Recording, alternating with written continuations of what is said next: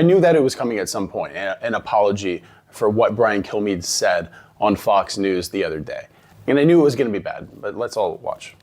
In the morning, we were discussing the murder of Irina Zaruska in Charlotte, North Carolina, and how to stop these kinds of attacks by homeless, mentally ill assailants, including institutionalizing or jailing such people so they cannot attack again. Now, during that discussion, I wrongly said they should get lethal injections. I apologize for that extremely callous remark. I'm obviously aware that not all mentally ill homeless people act as the perpetrator did in North Carolina, and that so many homeless people deserve our empathy and compassion.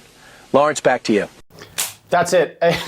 That's it, everybody. I know I called for an ethnic cleansing of an entire population, over 1 million people in the United States, but hey, there you go. There's your apology. Hey, back to you, Lawrence. In case you forgot what he actually said the other day, we'll just hop and look into that real quick. Billions of dollars to mental health and the homeless population. A lot of them don't want to take the programs. A lot of them don't want to get the help that is necessary. You can't give them a choice. Either you take the resources that we're going to give you, or you decide that you're going to be locked up in jail. That's the way it has to be now. Or involuntary lethal injection or something. Just kill them. Yeah, Brian, why did it have to get to this point? Right. I would say this. We're not voting for the right people. In North Carolina, wake up. Wake up, everybody. I saw this video. I saw it. It's a bad video. It's like somebody working for a marketing agency came up with a new campaign. It's like, now listen, now what if? And what if we make them feel bad first? Then they'll see where I'm coming from when I'm calling for the death of millions of people across this country. Get this man a corner office immediately. It's ridiculous. You see the apology, and the apology is the whole thing, because the apology says, hey, I made a mistake. Hey, now let's go on. Let's get back to it. And the whole thing is about the production, the soft lighting, the too sincere look on his face. But at the same time, the entire apology is about 10 or 15 seconds long. Show me how much you actually thought about the thing that you said, right? And the slow head shake. It's like a man who's just finding out that his trust fund's being audited more than anything else. Like, Brian Kilmeade isn't actually sorry. If anything, it's just an inconvenience. He thinks that the response is more of an inconvenience and the man is pleading to get his brand deals back. That's all this is. More than likely, he's just thinking, I could be on a yacht right now. I could buy a village in Sicily and turn it into a resort. But instead, I got to turn to the camera and show that I can feign the ability to be empathetic towards people who eat garbage out of a trash can, which is a real stretch for Brian Kilmeade, apparently. You see, the apology is an asset. The apology is a commodity. It's like a new sneaker drop where the outrage is the pre-sale excitement and the launch day is the video, this terrible video. And the forgiveness is supposed to be the resale value of this video. Like, he's banking on it. When making this video, he actually looks at the ROI. What's the return on investment of making this apology? Like, if I look sad, I can just go back to being a monster on Friday. Like I said, it's the equivalent of getting down in your knees in a medieval court and kissing the feet of the king, while at the same time, you're not begging for your life. You're just begging for your brand deals to stay in place. And the worst thing is so many people are just ready to accept that apology. Like, well, he just made a mistake. It's, we've all been there. Now, we all don't call for genocide just like off the cuff, like it's no big deal. That's not something that normal people do. But then again, the average viewer of Fox is about 70 years old, addicted to SSRIs and painkillers, and fighting off episodes of dementia. Like, I know what he said was monstrous, but he's not a monster right now. He really pulled it back there. And as soon as the stock prices recover, he's going to be right back there saying the same bullshit.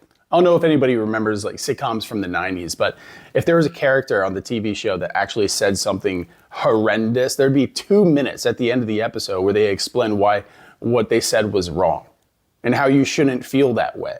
Now it's just, let's roll the commercial and hop over to Shark Week. I think that's what we all need right now, is just some old wise grandpa on TV kind of telling us everything's going to be okay, even though we're like quickly descending into the hellscape of late capitalism. There's no wise old people on media anymore, especially social media, right? It's just single moms who are twerking while their husbands are at work. Like, we just have to look at recent events in the world right now, especially in America. This country is an absolute dumpster fire. And it's not in a fun, cool way either. We're watching our society disintegrate in real time, and we're supposed to be emotional about a snake who got caught. The guy who, let's be honest, everyone knew was a snake, right? And the only surprise is that he didn't slither away fast enough and do an apology a little bit quicker. And that's why I said this whole thing was an inconvenience, right? As soon as he said, maybe we should just give an involuntary lethal injection to the homeless, I'm sure he left got in his private car to go back to his apartment, had some bourbon, sat down there, scrolled on TikTok, looked at his bank account and said, everything's still fine. Ordered his favorite Russian prostitute to come over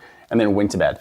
And then the next day he went into work and was surprised when everyone was upset. Surprised when there was any kind of fallout for what he said. Because in his head, that made complete sense. And people who say things like that and then can walk off the set, go home, and act like everything's okay, these are casual, normal thoughts that go through their head. Like, we're in a time right now where people can get fired for saying anything on Twitter, right? It just depends who complains about it.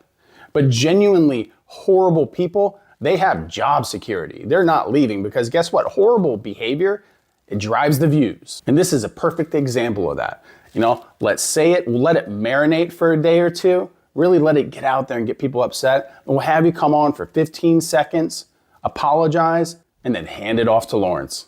Most people lose their jobs and have to move back with their parents, but he doesn't because he has the ability to have enough production to put behind a video and a sad soundtrack behind him. It would have been a real apology if he just disappeared. Disappeared for like 10 years, worked at a car wash, didn't say anything at all, never spoken to a camera again. But that's not how it works. That's not how it works for guys like this because the system is set up for people like this. The system is designed to let them fall upwards into a more lucrative position, right? He's the grift phoenix in this economy. He's gonna rise from the ashes of this horrible mistake. But like I said, because there's a sad soundtrack and the ashes are made with special effects, he's gonna be just fine, you know? Actually, you're the one who shouldn't be outraged. You're actually being ridiculous for not being sympathetic to him, right? You should show forgiveness because that's the Christian way. Don't hold people accountable. No, you may not be able to pay your rent. Your house might get foreclosed on because of the policies and decisions that he actively got into office, but you should just be more forgiving. We all make mistakes. We all, at some point in our life, on live TV, casually suggest the eradication of a population of America without any immediate internal conflict. It's something we all do, you know? You're setting your expectations too high of people. That's the problem. I mean, we can't just treat these people like children who need a timeout. Like, there has to be actual consequences. They can't just be a 10 or 15 second apology the next day and then all is well, all is normal. But the thing is, because media right now is just nothing but layers and layers of confirmation bias, you're gonna give grace to the worst people because they're on your side and they're constantly feeding you all the information you need to believe that the worst decisions that are being made that are just costing the American people everything are actually the best decisions and that are in your interest because America's bigger than you. It's bigger than me. America's Wall Street, and that's the most important thing. We gotta focus on them. And the thing about Wall Street is they don't want to deal with homeless people unless they're buying an 8-ball from them. But I think it's par for the course right now that like a bad apology is something that we would expect. If he was to like disappear for a period of time, become a light keeper and really have a long period of self-reflection and come back and genuinely apologize, he would actually get a worse reaction because the people who support this kind of stuff, the people who watch Fox News, who love that red meat, who love the idea of just walking up and capping a homeless person, it actually makes them think about their choices and their decisions and makes them feel guilty about laughing about it. If he were to genuinely apologize and be sorry for it. Listen, the people who enjoy Brian Kilmeade and Fox and Friends at this point are just kind of irreparable human beings. And they're people who don't go outside. They're people who either live on their couch watching TV. The only time they ever deal with an ethnic minority is when they order DoorDash. And most of them haven't even worked in 20 years because they're all retired. Listen, the people who watch Fox News are just, their time is gone. And their time in the culture was a pretty wretched time to begin with, especially if you were anybody who didn't look like Brian Kilmeade, or one of the many hot blondes that they put on Fox. I mean, there's a certain demographic that they're really trying to appeal to there. We all know that. It's Fox News, right? There's Fox News people. They're insane. They're the ones who have 50 bumper stickers on the back talking about don't tread on me, while at the same time they bootlick the government and worship the police anytime they take down anybody who's a darker shade than they are. So that is what it is. Listen, this kind of stuff is unacceptable. You got to keep these people's feet to the fire. You can't just pull up because they had a little 10-second apology after a couple days. Brian Kilmeade, your time should be up at this point. You should be fired. You should be gone. But we all know that'll never happen because for him to actually let go means that Fox News and the viewership would have to reconcile the fact that they have pretty sick ideology at this point, and that's just never going to happen.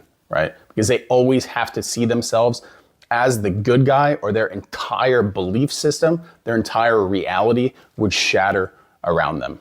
If you're still here at this point, like and subscribe. We have some other stuff coming up today because I'm working from home and I get little breaks. And during those little breaks, I like to put out some stuff like this. So I don't know, if you want to watch some more videos. If not, think about becoming a member.